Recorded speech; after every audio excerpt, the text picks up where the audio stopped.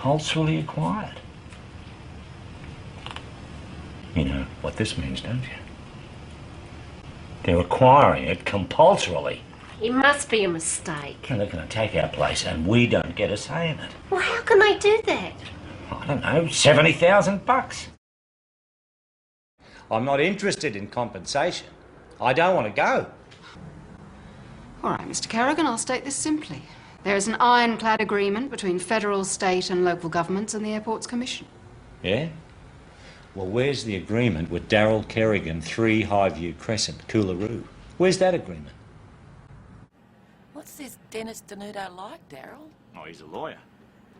This is about the law. He's got to know what he's doing.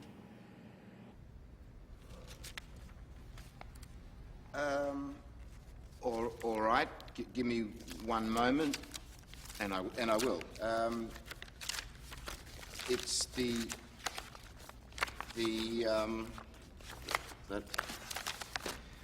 the Constitution of Australia.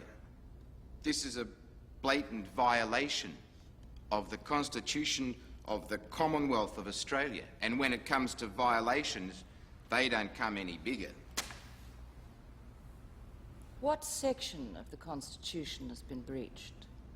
Section? What section? There is no one section. It's just the vibe of the thing. I find in favour of the respondent. Yes! It's them, Daryl. But we was responding to them. We lost, Daryl. I'm sorry. But we've been to the federal court. How much further can we take it? 3 weeks later, Mr. Hamill, Dad and Dennis went to the High Court in Canberra. Laurie asked Dennis to be his instructing solicitor. Dennis was stoked, but shitting himself at the same time. I'm shitting myself. Shall we? Let's dig it up. And so Dad, or as he was called by the judge, Daryl John Kerrigan, sat in the High Court of Australia and put his case. Or at least Mr. Hamill did. Dennis was very helpful too. He was passing books around like a librarian. He even learnt Roman numerals especially for the trip. Paragraph 31. Thank you, Dennis. But Dad reckoned there was no doubt about it. From the moment he stood up, Mr. Hamill was the star of the show. Section 51, paragraph 31. Parliament shall have power to make laws with respect to the acquisition of property on just terms. Let's think about those words, on just terms, and how they relate to real people. Your Honour, my client built his home by the law, but does he have the protection of the law? How can the forcible removal of a family, a good family, from their home, have the blessing of our Constitution? How can that be just terms? Well, my client has adhered to the law.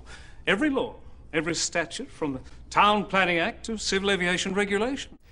He has even approached the appellant with an offer of compensation. A generous offer, considering the nature of the dwelling, or as it might more accurately be called, eyesore. What are you calling an eyesore, Daryl? It's called a home, you dickhead.